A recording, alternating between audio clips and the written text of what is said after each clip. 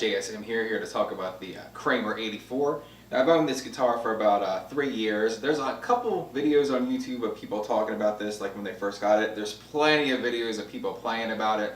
So I thought I'd do kind of what I've seen in some other videos and just sort of talk about my experiences with the guitar and everything. So I've owned it for about 3 years. You know, I've done band rehearsals, done some gigs with it and everything, and it's first things first, it's freaking solid, man. Like, I don't really have any scratches or dents on it. There's a couple, but it's just a solid built guitar. Korea is doing really good at just putting out good guitars, kind of like Japan did back in the day.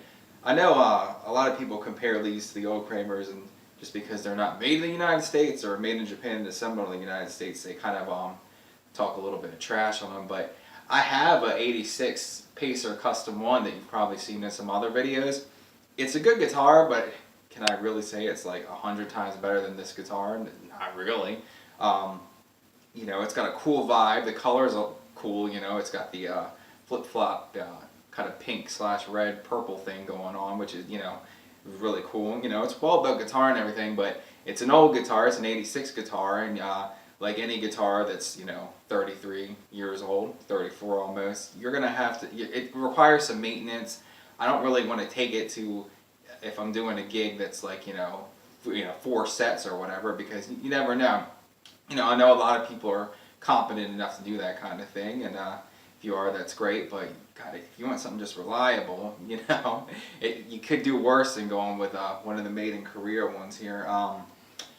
Like I said, I've never really had to do anything to it. You know, it hasn't required a lot of adjustment or anything like that, other than, you know, kind of the typical stuff you expect, you know, when the climate changes and everything.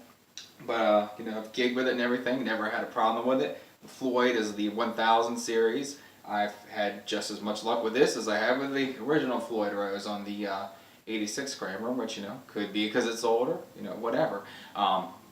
Do with that information what you will. I'm just saying, for me personally, it's been fine. Okay? So, a couple of things to note about it. The neck, it's a damn baseball bat. There's no two ways about that. The thing is, even though it's like a baseball bat, it's still, I've got, the action plays really low and it plays really easy, and I don't have big hands at all. Ha ha ha, insert joke here.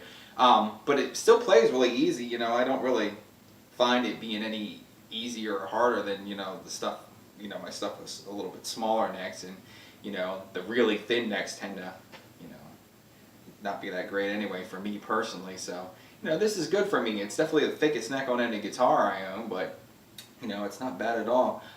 The other thing to note, and I'm sure people have said this everywhere, since it's all maple, this thing is freaking heavy. So if you got back problems or something like that, and you're going to be doing, you know, the typical, you know, 4 sets, or, you know, taking this to a long rehearsal, it has given me some, like a little bit of soreness, and, you know, my shoulder blade, you know, kind of where the guitar sits. But, you know, nothing really too serious for me. But, you know, if you've got back problems, it might be something else. Or if you're doing 5 nights a week or something like that, you know, it's something to be mindful of. But, you know, for me personally, it doesn't matter. Depending on what you believe or not, it probably could have, maybe it helps to sustain, you know, a lot of wood, thick wood and everything. So maybe it does. You know, other than that, it plays great. I have no complaints about it. It's a simple guitar. Coil tap works well. The JB pickup in it sounds nice and everything, as you'd expect from a JB. But, you know, play JBs, you know what to expect from the pickup. Coil split, you know, I'm sure, I know a lot of people don't use it function-wise, but I like to play with the volume a lot. So if I'm doing a more like clean song, you know, I'll just use the coil tap and roll it back a little bit, as opposed to using a pure clean tone on this. You know, it sounds good on a clean tone and everything. It gets the job done when you need it to. But a lot of people ask how it compares to like the Charvels Stan Dimas, and it doesn't. It's nothing like those guitars, other than the fact that they've got, you know, Seymour Duncan pickups in them. The neck is a lot different. The feel is a lot different. I think some of those have unfinished necks. At least a couple I played did. Much like the EVH gear, which I'll talk about that in a couple minutes here. But the neck on these is like it's a nice satin finish. I know a lot of people sand it off. It feels like it would probably sand off pretty easy. I may do that again at some point, but, you know, like I said, thus far I've just kind of been happy keeping the guitar how it's supposed to be, keeping it stock and everything. You know, we'll see. Maybe one day I will. But as far as how it compares to one of these, the EVH Striped Series, everything seems to point to that originally when Music Yo did the 84, that it was supposed to be modeled after Eddie Van Halen guitar. Then maybe it was, I've never played the Music Yo ones, but the neck is pretty thick.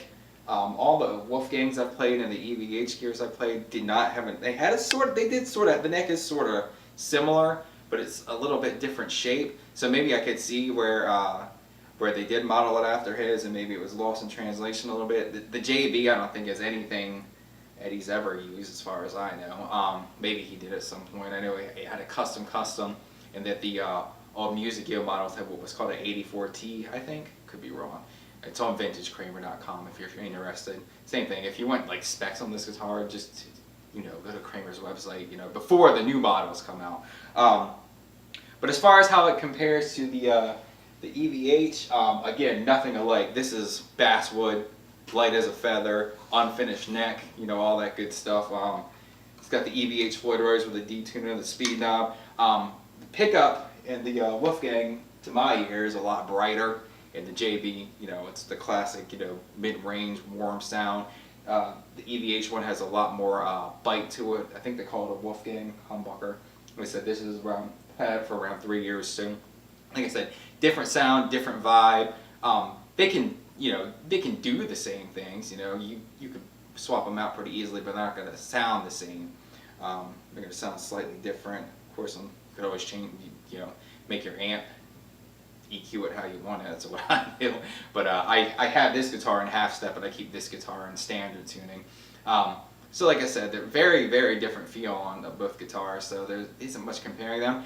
I could do a video comparing them at some point, but like I said, that one's half step, this one's standard. I really don't feel like retuning it just to do a comparison video. I may just say screw it and do it anyway because, kind of just doing this YouTube thing for fun, and if you want to complain about it, you can not watch the video as far as it goes. There's plenty of other, beg one of your favorite professional YouTubers to do it. I'll just do it my way. I don't really think it's that big of a damn deal, to me, especially because most people watching are probably just bedroom guitarists too, But hey, if you're a stickler for that kind of thing, whatever, who am I to judge? Just don't at me, don't comment me about it.